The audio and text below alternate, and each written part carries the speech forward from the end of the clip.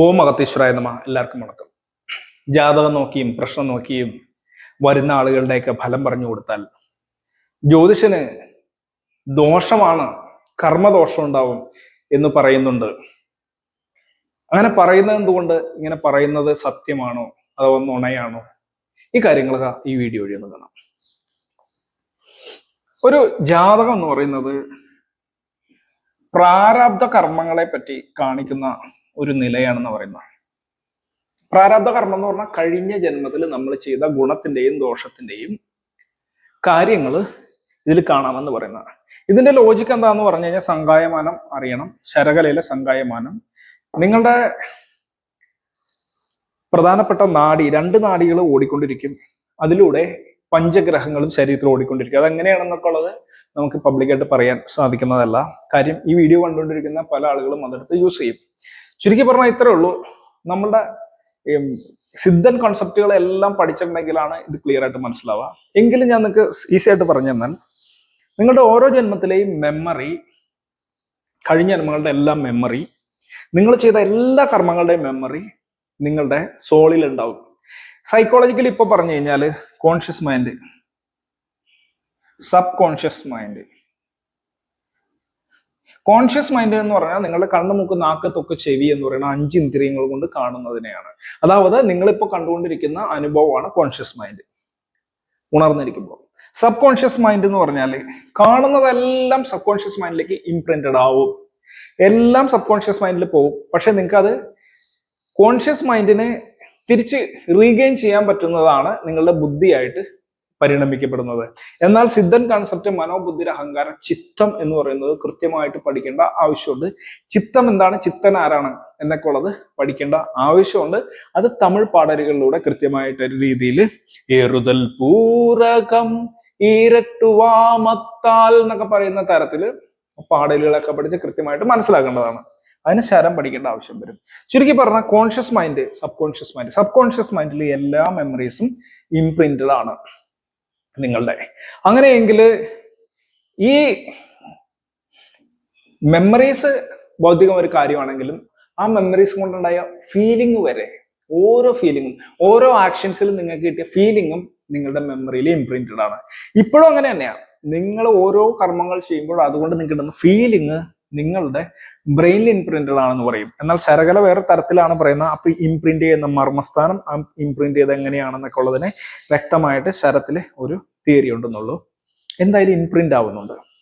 അപ്പൊ ആ ഫീലിംഗ്, അപ്പൊ ഒരു ചില പ്രവൃത്തികൾ ചെയ്യുമ്പോൾ നിങ്ങൾക്ക് വളരെ ലഹരി കിട്ടും, ചില പ്രവൃത്തികൾ ചെയ്യുമ്പോൾ സന്തോഷം കിട്ടും, ചില പ്രവൃത്തികൾ ചെയ്യുമ്പോൾ ദുഃഖം കിട്ടും. ആ ഫീലിംഗ് ഉണ്ടല്ല, ഓരോ ഗ്രഹത്തിന്റെയും കാരകത്വം അനുസരിച്ചിട്ടാണ് പോകുന്നത്. ചുരുക്കി പറഞ്ഞ നിങ്ങളുടെ ബ്രെയിനിൽ തന്നെ പല സ്ഥാനങ്ങൾ, ഇപ്പൊ 12 സ്ഥാനങ്ങൾ നിങ്ങൾക്ക് കൊടുത്തു കഴിഞ്ഞാൽ, 12 സ്ഥാനങ്ങളായിട്ട് നിങ്ങളുടെ ബ്രെയിനെ തിരിച്ചു കഴിഞ്ഞാൽ, വേണ്ട ഇങ്ങനെ തിരിച്ചെന്ന് വായിക്കാം, വട്ടം വരച്ച് തിരിച്ചു കഴിഞ്ഞാൽ ഈ ചൊവ്വയുടെ സ്ഥാനത്തായിരിക്കും വീര്യ, ശൂര, പരാക്രമം മുതലായിട്ടുള്ള നിങ്ങളുടെ അതുമായിട്ട് കണക്ട് ആയിട്ടുള്ള കാര്യങ്ങൾ സേവ്ഡ് ആവുക.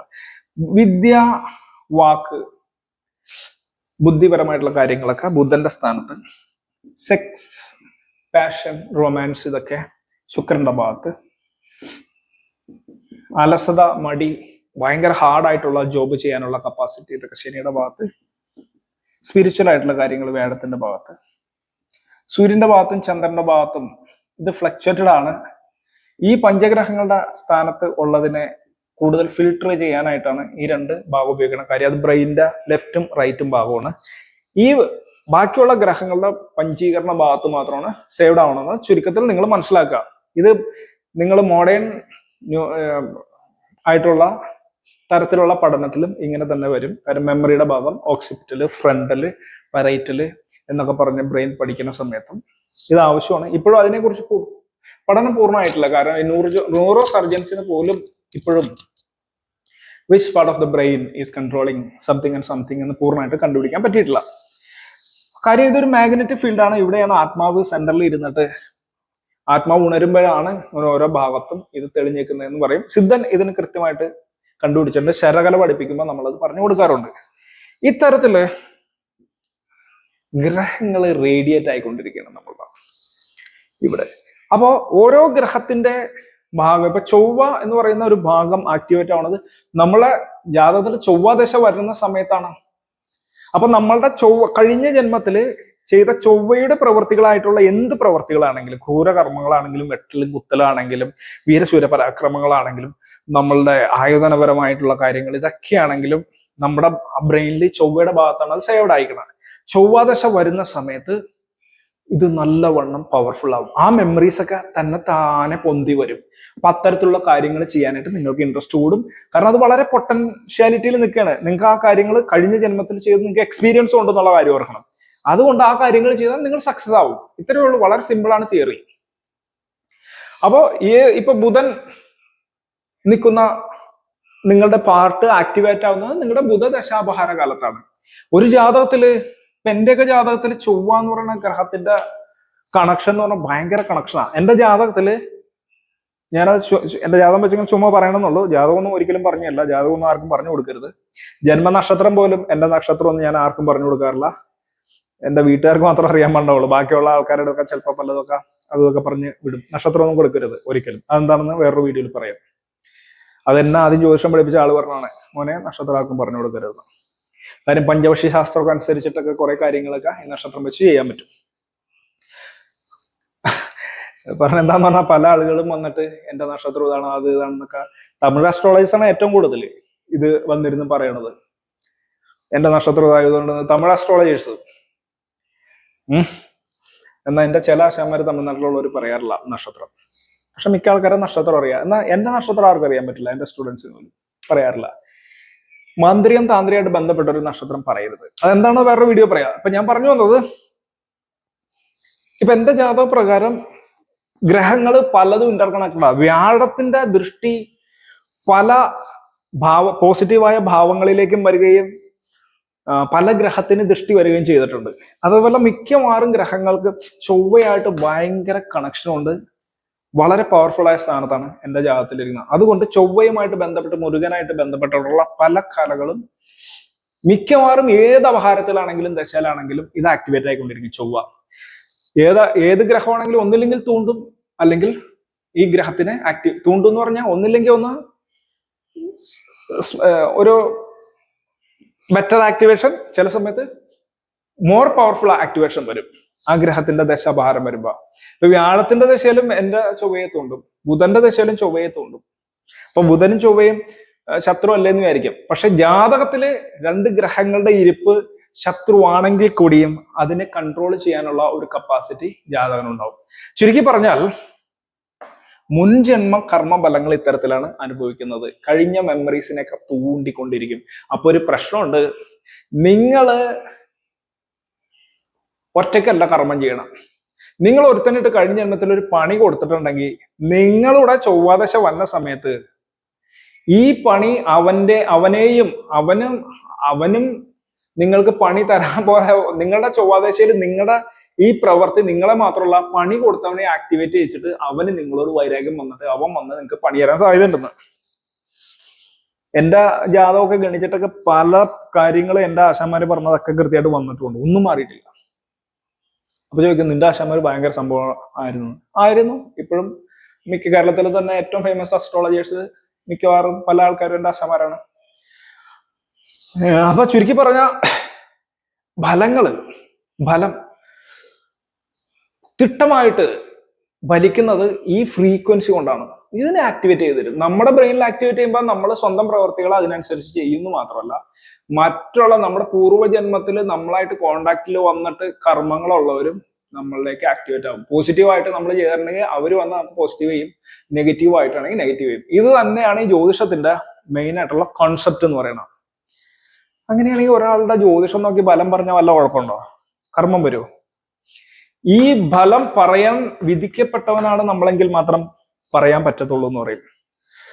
ഞാൻ 95-96 കാലഘട്ടത്തിലാണ് ജ്യോതിഷം പഠിക്കാൻ ചേരുന്നത്. ആശാന്റെ അടുക്ക വളരെ ഫേമസ് ആയ ഒരു അസ്ട്രോളജർ അടുത്താണ് ഞാൻ ജ്യോതിഷം പഠിക്കാൻ ചേർന്നത്. മൊത്തം കാൽക്കുലേഷൻ, ഗണിതം, പഞ്ചാംഗത്തിന്റെ കാൽക്കുലേഷൻ വരെ അറിയാവുന്ന ഒരാളായിരുന്നു എന്റെ ആദ്യത്തെ ഗുരുനാഥൻ. ഞാൻ അദ്ദേഹത്തിന്റെ അടുത്ത് 7-7 കൊല്ലം പഠിച്ചു, കണ്ടിന്യൂസ് ആയിട്ട് പഠിച്ചു. അതിനുശേഷം 7-7 കൊല്ലം പഠിച്ചതിന് ശേഷം നോക്കാൻ തുടങ്ങി. പിന്നെ ഒത്തിരി ജ്യോതിഷന്മാരുടെ അടുത്ത്, ഒത്തിരി ഫേമസ് ആയിട്ടുള്ള ആൾക്കാരുടെ അടുത്ത് വർഷങ്ങൾ പഠിച്ചു. ഇപ്പോഴും പഠിക്കുന്നുണ്ട്. കാര്യം This is a typical type of mystic science which cannot end. The learning cannot be ended. അതാണ് എൻ്റെ ഒരു പ്രത്യേകത. അപ്പോ ഇതൊരു ഹരമായിരിക്കും. ശരിക്കും പറഞ്ഞാൽ ഇത് ജ്യോതിഷം നല്ല ആൾക്കാരുടെ അടുത്ത് പഠിച്ചത് ഹരമായിട്ട് ഇങ്ങനെ പോകും. നമ്മളിത് കിടക്കും. ഇത് പിശാശാണെന്ന് പറയും. എൻ്റെ ഒരു ആശാൻ പറയും, ഈ പിശാശ് നമ്മളെ വിട്ട് പോകാതെന്ന് പറയും. അപ്പൊ ചുരുക്കി പറഞ്ഞാൽ നമ്മൾ ഒരാളുടെ ബലം പറഞ്ഞു കൊടുത്താൽ വല്ല കുഴപ്പമുണ്ടോ എന്ന് ചോദിച്ചാൽ, നിങ്ങൾ ഒരു ഭയങ്കര ദുഷ്ടകർമ്മം ഒരുത്തനിട്ട് ഒരു പണി വെച്ചിട്ട് അവൻ നിങ്ങൾക്കിട്ട് തിരിച്ച് പണി തരാൻ പോകുന്നുണ്ടെങ്കിൽ നമ്മളിത് പറഞ്ഞു കൊടുത്തു കഴിഞ്ഞാൽ മറ്റവന് ഈ പണി നിങ്ങൾക്ക് തിരിച്ചു തരാൻ പോകാത്ത ഒരു അവസ്ഥ വരും, അഥവാ അത് ബ്ലോക്ക് ആവും. നിങ്ങൾ ചിലപ്പോൾ കണ്ടു കാണും, വണ്ടി ഇടിച്ചിട്ട് ആള് ചാവുന്നു. അതും കർമ്മമായിട്ട് വരും. കാര്യം കഴിഞ്ഞ ജന്മത്തിൽ നമ്മൾ ആരെങ്കിലും, ആള് ചാവണ കേസല്ല, വണ്ടി ഇടിച്ച് നിങ്ങളുടെ കാലും കൈ ഓടിച്ചെന്ന് വെച്ചാൽ ഇത് നമുക്ക് തോന്നുമ്പോ ഇതൊരു സ്വാഭാവികമായിട്ട് ഇടിച്ചു എന്ന് പറയാം. മാർക്കേസ് ഒറേലിയസ് എന്ന് പറഞ്ഞ ഒരു ഫിലോസഫർ മെഡിറ്റേഷൻ എന്നുള്ള ബുക്കിൽ എഴുതി വെച്ചിട്ടുണ്ട്, we cannot control something which is uncontrollable. Only controllable can be controlled. മനുഷ്യന്റെ ജീവിതത്തിൽ നമുക്ക് കൺട്രോൾ ചെയ്യാൻ പറ്റുന്ന കാര്യങ്ങളും അൺകൺട്രോളബിൾ ആയിട്ടുള്ള കാര്യങ്ങളും ഉണ്ട്. ഇപ്പോൾ റോട്ടിൽ കൂടി പോകുമ്പോൾ എല്ലാവരും വന്ന് വണ്ടി ഇടിപ്പിച്ചാൽ നമുക്ക് കൺട്രോൾ ചെയ്യാൻ പറ്റുള്ളവേ. പക്ഷെ അസ്ട്രോളജി പറയുന്നത് how can we pitch uncontrollable events in your life and how can we remove uncontrollable events from our life എന്നാണ്. അപ്പൊ അൺകൺട്രോളബിൾ ആയിട്ടുള്ള ഈ ഇവന്റ്സിനെ നമ്മുടെ ലൈഫിൽ നിന്ന് മാറ്റാനായിട്ട് അസ്ട്രോളജർ സഹായിക്കും എന്നുള്ളതാണ്. അങ്ങനെ നമ്മൾ കരുതൽ എടുക്കാൻ പറഞ്ഞാൽ, ഒരു എച്ചരിക്കை കൊടുത്താൽ, ഒരു പ്രീകോഷൻ എടുക്കാൻ പറഞ്ഞു കൊടുത്തു കഴിഞ്ഞാൽ ഈ ബലം മാറിപ്പോകുന്നതുകൊണ്ട് അസ്ട്രോളജർക്ക് പ്രശ്നം ഉണ്ടാവും എന്നുള്ളതാണ് ക്വസ്റ്റ്യൻ. ചിലപ്പോൾ ഉണ്ടായേക്കാം എന്ന് പറയുന്നുണ്ട്. ആ കർമ്മം നമ്മൾ അവനെ സപ്പോർട്ട് ചെയ്തുകൊണ്ട് ചിലപ്പോൾ ഉണ്ടായേക്കാം. എന്നാൽ ഞാൻ 96 അസ്ട്രോളജി പഠിക്കാൻ തുടങ്ങിയ കേസ് പറയാൻ കാര്യം, അസ്ട്രോളജി പഴയ കാലത്തെ അസ്ട്രോളജേഴ്സ് ജ്യോതിഷം പഠിപ്പിക്കില്ല ആ സമയത്തൊന്നും. അന്നൊക്കെ ഞാൻ ജ്യോതിഷനാവുന്ന സമയത്ത് എൻ്റെ നാട്ടില് ഞാൻ മാത്രമേ ഉണ്ടാവുള്ളൂ ജ്യോതിഷർ. എൻ്റെ പ്രായത്തിൽ, ആ ചെറു പ്രായത്തിലുള്ള ഒരു അസ്ട്രോളജർ. കാര്യം ഞാൻ എൻ്റെ ഒരു 15ാമത്തെ വയസ്സിൽ പുറത്ത് അസ്ട്രോളജി പഠിക്കാൻ തുടങ്ങിയതാണ്. 23 വയസ്സായപ്പോഴത്തേക്കും ഞാൻ ജ്യോതിഷം നോക്കാൻ തുടങ്ങി വീട്ടില്, നല്ലോണം നോക്കാൻ തുടങ്ങി. അപ്പൊ ഞാൻ പറഞ്ഞു വന്നത് എന്താ, ജ്യോതിഷം നോക്കാൻ തുടങ്ങി എന്ന് പറഞ്ഞാല് മുഹൂർത്തം, പൊരുത്തം, പ്രശ്നം, ജാതകം, തലക്കുറി ഇങ്ങനെയൊക്കെ പറഞ്ഞ് ബോർഡൊക്കെ ഒഴിച്ച് ജ്യോതിഷനായിട്ട് ഇരിക്കാൻ തുടങ്ങി. ദക്ഷിണ പറഞ്ഞു വാങ്ങിക്കലായിരുന്നു, തരുന്നത് വാങ്ങിച്ച് അങ്ങനെ ദക്ഷിണ വാങ്ങിച്ച് ജീവിച്ചു തുടങ്ങി. പറഞ്ഞു വന്ന ഇത്രേ ഉള്ളൂ, ഒരു ജാതകന് വരാൻ പോകുന്ന ഒരു ബലത്തെ നമ്മൾ ഒഴിവാക്കി കഴിഞ്ഞാൽ കുഴപ്പം വരും. എന്നാൽ എന്റെ 15ാമത്തെ വയസ്സിൽ ഞാൻ പഠിക്കാൻ ചെല്ലുമ്പോൾ എന്റെ ജാതകം നോക്കിയിട്ട് നിനക്ക് ജ്യോതിഷനാവാനുള്ള യോഗം ഉണ്ടോ എന്ന് നോക്കിയിട്ട് നിന്നെ ക്ലാസ്സിൽ എടുക്കാന്നാണ് എൻ്റെ ആശാൻ പറഞ്ഞു തന്നത്. അങ്ങനെ ജ്യോതിഷം പഠിപ്പിക്കണമെങ്കിൽ, നമുക്ക് പഠിക്കണമെങ്കിൽ നമുക്ക് നമ്മുടെ ഗ്രഹനില ഒരു പ്രത്യേക രീതിയിലായിരിക്കണം എന്നുണ്ട്. അപ്പോൾ വ്യാഴത്തിന്റെ കൃത്യമായിട്ടുള്ള ഇരിപ്പ് കൃത്യമായിരിക്കണം വ്യാഴത്തിൻ്റെത്. കേതുവിന്റെ ഇരിപ്പ് കുറച്ചും കൂടി ഇമ്പോർട്ടൻ്റ് ആയിട്ട് നോക്കേണ്ട ആവശ്യമുണ്ട്. ഇങ്ങനെ ഗ്രഹങ്ങളുടെ ഇരിപ്പ് നോക്കിയിട്ടാണ് അന്നത്തെ കാലത്ത് വരുന്നത്. അപ്പോ നമ്മുടെ ജാതകം അങ്ങനെ ഇരിപ്പാണെങ്കിൽ നമ്മൾ എത്ര പേരുടെ ബലം പറഞ്ഞാലും ഇത് കുഴപ്പമില്ല. ഒരു ദിവസം ഒരാളുടെ ബലോ 2, 3, 5 അത്ര പറഞ്ഞാൽ അത്ര വലിയ പ്രശ്നമുള്ളതൊന്നുമല്ല. നന്നായിട്ട് ജ്യോതിഷം അറിയാമെങ്കിൽ നമുക്ക് ഒറ്റ നോട്ടത്തിൽ തന്നെ ബലം അറിയാൻ പറ്റും. ഈ കാലത്ത് പെട്ടെന്ന്, അന്നത്തെ കാലത്തിൽ ദശയൊക്കെ ഒന്ന് കാൽക്കുലേറ്റ് ചെയ്യേണ്ട സമയം പിടിക്കുമായിരുന്നു. ദശ, ബുദ്ധി അപഹാരങ്ങൾ, അതുപോലെ ഗോചരത്തിലുള്ള ഗ്രഹത്തിന്റെ ഡിഗ്രിയൊക്കെ അന്നത്തെ കാലത്ത് കാൽക്കുലേറ്റ് ചെയ്ത് ബലം പറയാനായിട്ട് ഒരു 10-15 മിനിറ്റ് എടുക്കുമായിരുന്നു. കാരണം കസ്റ്റമർ മുന്നിൽ വന്നിരിക്കുന്ന സമയത്തല്ല നമ്മൾ ഇതൊക്കെ പറയുന്നത്. പ്രശ്നം വെക്കാനായിട്ട് കുറച്ചും കൂടി ഈസി ആയിരുന്നു. എന്നാൽ ഇപ്പൊ അതിന്റെ ആവശ്യമില്ല, ഒരു 5 മിനിറ്റ് കൊണ്ട് നമുക്ക് ബലം പറയാൻ പറ്റും. എത്ര പേരുടെ ബലം പറയാം? ഞാനൊക്കെ, എനിക്ക് തോന്നണം 10,000-കണക്കിന് ആൾക്കാരുടെ, ഞാൻ പറയാറുണ്ട് 50,000-ത്തിൽ കൂടുതൽ ജാതകങ്ങൾ ഞാൻ നോക്കിയിട്ടെന്ന് പറയാറുണ്ട്. 50,000-ത്തിൽ കൂടുതൽ ഓരോ ദിവസം തന്നെ പൊരുത്തം നോക്കാൻ കൊണ്ട് ഒരു കെട്ടുകണക്കിനാണ് ഒരു സമയത്ത് ആളുകൾ കൊണ്ടുവന്നിരുന്നത്. അപ്പൊ എത്ര ജാതകം നോക്കാനും ഒരു പ്രയാസമില്ല. പക്ഷെ നമുക്ക് നോക്കാൻ വേണ്ടിയിട്ട് അതിന് സമയം വേണ്ട. ജസ്റ്റ് നോക്കുമ്പോൾ തന്നെ നമുക്ക് അറിയാൻ പറ്റും ഏത് രാശിയിൽ എത്ര പവർഫുൾ ആയിട്ടിരിക്കുന്നത്. നമ്മുടെ എക്സ്പീരിയൻസ് ഒറ്റയടിക്ക് തന്നെ അറിയാൻ പറ്റും. ഗ്രഹങ്ങളൊക്കെ എവിടെ പോയിട്ടിരിക്കുന്നു, ഏത് രാശി, ഉച്ച, നീചോ, മൂലത്രികോണമാണ് ഇപ്പൊ നോക്കേണ്ടത്, ഏതിനെയാണ്, ഏത് ഭാവത്തെയാണ് നോക്കേണ്ടത്. ചന്ദ്രനാടിയൊക്കെ അറിയാന്നുണ്ടെങ്കിൽ ഈ നാടി പറയുന്നത് മാത്രം നോക്കിയാൽ മതി. ഒരു 3-4 മിനിറ്റ് കൊണ്ട് നോക്കി പറയാവുന്നുള്ളൂ. 10, 15, 20 കൺസൾട്ടേഷൻ എടുക്കുന്നതിനും യാതൊരു പ്രശ്നമുള്ള കേസല്ല. നമ്മുടെയൊക്കെ ഗുരുക്കന്മാരൊക്കെ തമിഴ്നാട്ടിലുള്ളവരൊക്കെ ആണെങ്കിൽ അവർക്ക് വിശ്രമിക്കാൻ സമയമില്ലാത്ത രീതിയിലാണ് നോക്കുന്നത്.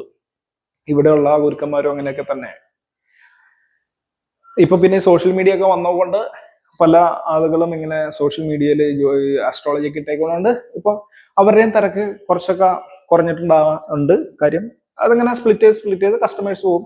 അപ്പൊ അതുകൊണ്ട് സോഷ്യൽ മീഡിയയിലും ഇപ്പൊ പലരും വന്നിട്ട് വീഡിയോ ഇടുന്നു, ഞാനും അതുകൊണ്ട് ഇടുന്നു. നമ്മള് പ്രധാനമായിട്ടും കളരിയും മർമ്മമാണ് കോൺസെൻട്രേറ്റ് ചെയ്തുകൊണ്ടിരുന്നത് ഏറ്റവും കൂടുതൽ. കാര്യം അതൊരു ഫലം പറയുന്ന ഒരു കേസല്ല, അത് റിയൽ ആയിട്ട് പഠിപ്പിക്കുകയും ചെയ്യേണ്ടിരിക്കും. അത് അവിടെ തന്നെ ഉണ്ട്. മർമ്മസ്ഥാനങ്ങളും പ്രയോഗങ്ങളും ഒക്കെ ഒറിജിനലാണ്. ഇത് ഫലം പറയുമ്പോൾ 80% മാത്രം. ഏതത്ര വലിയ അസ്ട്രോളർ ആണെങ്കിലും ഒരു 80% കൂടുതൽ ക്ലാരിറ്റിയിൽ പറയാൻ പറ്റത്തില്ല. ഞാൻ പറയണു, ഞാൻ പഠിച്ചുകൊണ്ടിരിക്കുമ്പോൾ തന്നെ എന്റെ ജാതകം അസ്ട്രോളേഴ്സ് അന്ന് കാണിച്ചിട്ടുണ്ട്, വലിയ ആൾക്കാരെ. എന്റെ ബലം കൃത്യമായിട്ട് പറഞ്ഞ ആൾക്കാർ വളരെ കുറവാ. നമ്മൾ പരീക്ഷിക്കാൻ വേണ്ടി പോലും പല ആൾക്കാരുടെ അടുത്ത് ഈ ബലം എങ്ങനെയായിരിക്കും അവർ പറയുന്നതെന്ന് അറിയാൻ വേണ്ടി പോലും ഞാൻ ജ്യോതിഷനായിട്ട് ഇരിക്കണേക്ക് മുമ്പ്, എന്റെ 21 വയസ്സിന് മുമ്പ് മിക്കവാറും അസ്ട്രോളേഴ്സിന്റെ അടുത്ത് കാണിച്ചിട്ടുണ്ട്. പലരും തെറ്റായ ബലം പറഞ്ഞിട്ടുണ്ട്. ഈ ജാതകം കാണിച്ചിട്ട് ഇത് പുള്ളി എന്താവും, എന്ത് ജോലി ചെയ്യും, എങ്ങനെയൊക്കെ ആവും എന്നൊക്കെ പലയിടത്തും ചോദിച്ചിട്ടുണ്ട്. അങ്ങനെ തിട്ടമായിട്ട് പറയാൻ പറ്റിയ അസ്ട്രോളേഴ്സ് ആണെങ്കിൽ ഓക്കെ, ബാക്കി ഫലങ്ങൾ ശരിയാവും. ഇത് നോക്കാനായിട്ട് റൂൾ ഉണ്ടെങ്കിൽ കറക്റ്റ് ആയിരിക്കും. അങ്ങനെ റൂൾ അനുസരിച്ചിട്ട് നോക്കുകയാണെങ്കിൽ വലിയ സമയമൊന്നും വേണ്ട, പിടിയെന്ന് നോക്കാൻ പറ്റും. ഒരു ദിവസം തന്നെ 10, 20, 30, 40 ജാതകങ്ങളൊക്കെ നിങ്ങൾക്ക് സമയം ഉണ്ടെങ്കിൽ പിടിന്ന് നോക്കി കൊടുക്കാവുന്നതാണ്. ഇത് ബലം എത്തുന്നത് എന്ന് പറയുന്നത്, ഈ ജ്യോതിഷനാവാൻ യോഗമുള്ള ആളാണെങ്കിൽ ഗ്രഹങ്ങളുടെ ഫ്രീക്വൻസി താങ്ങാനോ ആ ബലം പറയുമ്പോഴുള്ള നമ്മളിലേക്ക് വരുന്ന ആ ഫ്രീക്വൻസിയുടെ നെഗറ്റീവ് താങ്ങാനൊന്നും വലിയ ശക്തിയൊന്നും ആവശ്യമില്ല. കാരണം എല്ലാ ജ്യോത്സ്യന്മാരും നിത്യകർമ്മങ്ങളും മറ്റുള്ളതൊക്കെ ചെയ്തുകൊണ്ടിരിക്കുന്നതാണ്, ജപാതി കാര്യങ്ങളും. മിക്കവാറും ജ്യോത്സ്യന്മാർക്ക് താന്ത്രിക പൂജകളും മാന്ത്രിക വിധികളും അറിയാവുന്നതാണ്. അതുകൊണ്ട് എത്ര നേരം വേണമെങ്കിലും എത്ര പേരുടെ ജാതകം നോക്കിയാലൊന്നും പ്രശ്നമില്ല. അങ്ങനെ നോക്കുന്നവർ ഇഷ്ടമാരുണ്ട്, ബലം ശരിയായിരിക്കുകയും ചെയ്യും. നമ്മളൊക്കെ നോക്കി വിട്ടുള്ള ഫലങ്ങള് തെറ്റാൻ ഇത്രയും വർഷം എത്രയോ കസ്റ്റമേഴ്സ്, സ്ഥിരം കസ്റ്റമേഴ്സ് ഉണ്ട്, എത്രയോ കസ്റ്റമേഴ്സ് ഉണ്ട്. നമ്മൾ ശരിയായിട്ട് പറഞ്ഞു കൊടുത്തുകൊണ്ടല്ലേ ഇവരൊക്കെ വീണ്ടും നോക്കാൻ വരുന്നത് എന്നും പറഞ്ഞ് നമ്മൾ അത് ഹൈലൈറ്റ് ചെയ്ത് അത് മാർക്കറ്റ് ചെയ്യേണ്ട ആവശ്യമില്ല. മെയിൻ ജ്യോതിഷന്മാർ അങ്ങനെ ഒന്നും ചെയ്യാറുമില്ല. അവർക്ക് സ്ഥിരം കസ്റ്റമേഴ്സും ഉണ്ട്. അപ്പൊ ഇത്തരത്തിൽ പറയുകയാണെങ്കിൽ കർമ്മം, ഇപ്പൊ ഈ ടോപ്പിക് ഇതായിരുന്നു. ഇത് പറയുന്നതുകൊണ്ട് എനർജിയിൽ വല്ല പ്രശ്നം ഉണ്ടാവും എന്ന് വെച്ചാൽ, നല്ല അസ്ട്രോളജേഴ്സ്, നല്ല സാധനമുള്ളവർക്ക് ഇതൊന്നും യാതൊരു പ്രശ്നമല്ല. ഇപ്പോഴും എൻ്റെ ചില ഗുരുക്കന്മാര്, പല ഗുരുക്കന്മാരും 25, 30 ഒക്കെ നോക്കുന്ന ആളുകളും ഉണ്ട്. സമയം കിട്ടുകയാണെങ്കിൽ എന്തായാലും ഒരു 10-15 നോക്കണവരുണ്ട്. സമയത്തിന്റെ അനുസരിച്ചിട്ട് പിടിന്ന് നോക്കി കൊടുക്കുകയാണെങ്കിൽ കൂടുതൽ നോക്കുന്ന എൻ്റെ ഗുരുക്കന്മാർ ഇപ്പോഴും തമിഴ്നാട്ടിലും ഉണ്ട്, ഇവിടെയും ഉണ്ട്, ഇഷ്ടംമാതിരി പേരുണ്ട്. ഇപ്പൊ എൻ്റെ അടുത്ത് തന്നെ ചിലപ്പോൾ ഞാൻ ഇരിക്കുമ്പോൾ കസ്റ്റമേഴ്സ് എത്ര വരുന്നു അത്രയും പേരുടെ പിടിന്ന് നോക്കി കൊടുക്കും. അതിൽ വലിയ സംഭവം എന്നുള്ള കേസല്ല. നമ്മളുടെ റൂള് കൃത്യമായിരിക്കണം, പിടിന്ന് നോക്കി കൊടുക്കണം. കാര്യം ഗ്രഹങ്ങളെ നോക്കിയിട്ടാണ് പറയുന്നത്. ഗ്രഹങ്ങളെ നോക്കിയിട്ട് അല്ലാതെ നമ്മൾക്ക് തേടയൊക്കെ വെച്ചിട്ട് അങ്ങനെയൊക്കെയാണ് ഇങ്ങനെയൊക്കെയാണെന്ന് പറയേണ്ട ആവശ്യം ജ്യോതിഷത്തിലില്ല. അത് മൊണ്ടേൻ അസ്ട്രോളജിയാണ്. അങ്ങനെയും പറയുന്ന ആൾക്കാരും ഉണ്ട്, നമ്മുടെ ഫ്രണ്ട്സുകളുണ്ട്. എങ്കിലും ഈ കാര്യം വെച്ചിട്ട് തിയറി വെച്ചിട്ടാണ് പറയണമെങ്കിൽ നമുക്ക് ഏറെക്കുറെയൊക്കെ നമ്മളുടെ ഫീൽഡ് ആയതുകൊണ്ട് തന്നെ ഒരു ജ്യോത്സ്യനാണെങ്കിൽ വരുന്ന ആളുടെ ഒരു എനർജിയൊക്കെ നമുക്ക് ക്യാച്ച് ചെയ്യാനും അവൻ എന്ത് കാര്യത്തിനാണ് വന്നേക്കണേന്നും ഒക്കെ പറയാൻ പറ്റും. പിന്നെ ഉറപ്പായിട്ടും ജ്യോതിഷപരമായ റെമഡി ആണ് കൊടുക്കണമെങ്കിൽ നമുക്ക് ഒറ്റ നോട്ടത്തിൽ തന്നെ ഗ്രഹങ്ങളുടെ സ്ഥിതിയും പൊസിഷനും ഒക്കെ വെച്ചിട്ട് ഏത് രാശിയിലാണ് നിൽക്കണമെന്ന് വെച്ചിട്ട് കൃത്യമായ റെമഡി പറഞ്ഞു കൊടുക്കാനായിട്ട് പറ്റും. അതിനൊന്നും ഇത്ര സമയമൊന്നും വേണ്ട. ആ റെമഡി പറഞ്ഞു കൊടുത്തെന്ന് വിചാരിച്ചിട്ട് നമ്മൾ ജ്യോത്സ്യനാവാൻ വിധിക്കപ്പെട്ടവനാണെങ്കിൽ നമ്മളെ ഒരു ചുക്കും നമുക്ക് സംഭവിക്കില്ല. എത്ര ജാതകം വേണമെങ്കിലും ഒക്കെ നോക്കാം. അതുകൊണ്ട് നിങ്ങൾ ജ്യോതിഷനാവാൻ പോകുന്നുണ്ടെങ്കിൽ നിങ്ങളുടെ ജാതകത്തില്, അല്ല നിങ്ങളിപ്പോ ജ്യോത്സ്യന്മാരായിരിക്കും വീഡിയോ കണ്ടുകൊണ്ടിരിക്കണം. എന്റെ വീഡിയോ കാണുന്നവരൊക്കെ ജ്യോത്സ്യന്മാരാണ്. കളരി വീഡിയോ കാണുന്നവരൊക്കെ കളരി ഗുരുക്കന്മാരും കളരി പഠിപ്പിക്കുന്നവരും. അതുപോലെ തന്നെ ഇപ്പൊ നമ്മൾ ഇടുന്ന കണ്ടന്റ്സ്, കുറെയൊക്കെ കണ്ടന്റ്സ് സാധാരണ ആൾക്കാർക്ക് വേണ്ടി ഇടുന്നെങ്കിലും very important contents are mainly for astrologers or astrology practitioners. അപ്പോൾ നിങ്ങൾ ഒട്ടും ഭയപ്പെടേണ്ട ആവശ്യമില്ല. ചിലവർ എന്നോട് ചോദിച്ചുകൊണ്ടാണ് ഈ വീഡിയോ ഇട്ടത് തന്നെ. ചില അസ്ട്രോളജി അങ്ങനെ വല്ലതും പറ്റുമോ സ്വാമി, നമ്മൾ ഈ പൂജാ കാര്യങ്ങളൊക്കെ ആയിട്ട് കണക്ട് ആയതുകൊണ്ട് ഞാൻ പറയുന്നു ഒരു ചുക്കും പറ്റത്തില്ല. നിങ്ങൾക്ക് എത്ര എണ്ണം വേണമെങ്കിലും നോക്കാം. നിങ്ങളുടെ റൂള് കറക്റ്റ് ആയിരിക്കണം. നിങ്ങളുടെ റൂള് കറക്റ്റ് ആണ്, നിങ്ങൾ പറയുന്ന ഫലമൊക്കെ അടിപൊളിയായിട്ട് വരുന്നുണ്ട്. നിങ്ങളുടെ റൂൾ എന്ന് പറഞ്ഞാൽ ഇപ്പൊ പറയണതന്നെ പിന്നെ പറയണം. ആ ഗ്രഹനില കണ്ട് ഇപ്പൊ പറയണതന്നെ ആയിരിക്കണം അടുത്ത ദിവസം പറയണം. അല്ലാണ്ട് ഇത് മാറ്റി തോന്നണം, ഗ്രഹങ്ങളുടെ പൊസിഷൻസ് വെച്ചിട്ട് തോന്നണം. ഒരു റൂൾ ഇല്ലാണ്ട് പറയുന്നത്. നിങ്ങൾ റൂൾ അനുസരിച്ചിട്ടാണോ, തിയറി അനുസരിച്ചിട്ടാണോ അസ്ട്രോളജി പറയുന്ന കൃത്യമായ റൂൾ അനുസരിച്ചിട്ടാണ് പറയണമെങ്കിൽ നിങ്ങൾ സ്ഥിരമായിട്ട് എത്ര ജാതകം നോക്കി അങ്ങനെ പറഞ്ഞാലും യാതൊരു പ്രശ്നമില്ല. നിങ്ങൾക്ക് സാധന ഇതിന്റെ കൂടെ ഉണ്ടെങ്കിൽ ആ കർമ്മബലം ബാധിക്കാൻ പോണത് അത് നിങ്ങളെ ദൈവത്തിന്റെ ഇതുകൊണ്ടും സിദ്ധരുകളുടെയൊക്കെ അനുഗ്രഹം കൊണ്ടും തടഞ്ഞു നിർത്തും. ഒട്ടും പേടിക്കേണ്ട, ഡയറക്റ്റ് നേരെ ക്ലിയർ ആയിട്ട് വെക്കോളൂ. പക്ഷെ റൂള് നല്ലവണ്ണം പഠിച്ചു വെക്കണം, നല്ലവണ്ണം തിയറി നല്ലവണ്ണം നല്ല ഡീപ്പായിട്ട് അസ്ട്രോളജി അറിഞ്ഞിരിക്കണം. ജ്യോതിഷത്തെ അറിഞ്ഞെങ്കിൽ മാത്രമേ നിങ്ങൾക്ക് കൃത്യമായിട്ടുള്ള പറയാൻ പറ്റുള്ളൂ എന്നുള്ളതും കൂടി പറഞ്ഞുകൊണ്ട് നിർത്തിയാണ്. എല്ലാവർക്കും ഒരിക്കൽ കൂടി വണക്കം. ഓം അഗസ്ത്യേശ്വരായ.